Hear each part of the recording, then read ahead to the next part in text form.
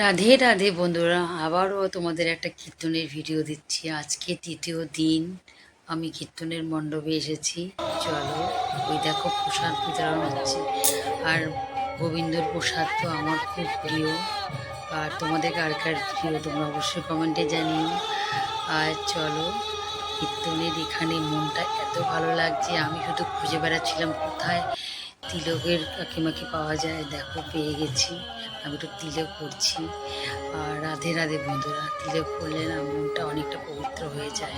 রাধে গোবিন্দ রাধে গোবিন্দ। তোমাদের কার কার ভালো লাগে তিলক করতে আমাকে অবশ্যই জানিও। আমি কিন্তু করে নিয়েছি, আমাকে কীরকম লাগছে তোমরা একটু বলো। আমি কাকিমাকে টাকা দিয়েছি, আমি বলছিলাম দাঁড়াও তোমাকে টাকা দেবো, তিলক পড়ার টাকা দিতে হয়। আর আমাকে কীরকম লাগছে তোমরা একটু বলো কমেন্টে। রাধে গোবিন্দ। চলো, ছেলে আর আমি দুজনে মিলে একটু ছবি তুলে নিলাম। তারপরে চলো তোমাদের একটু মণ্ডপটা ঘুরে দেখাবো।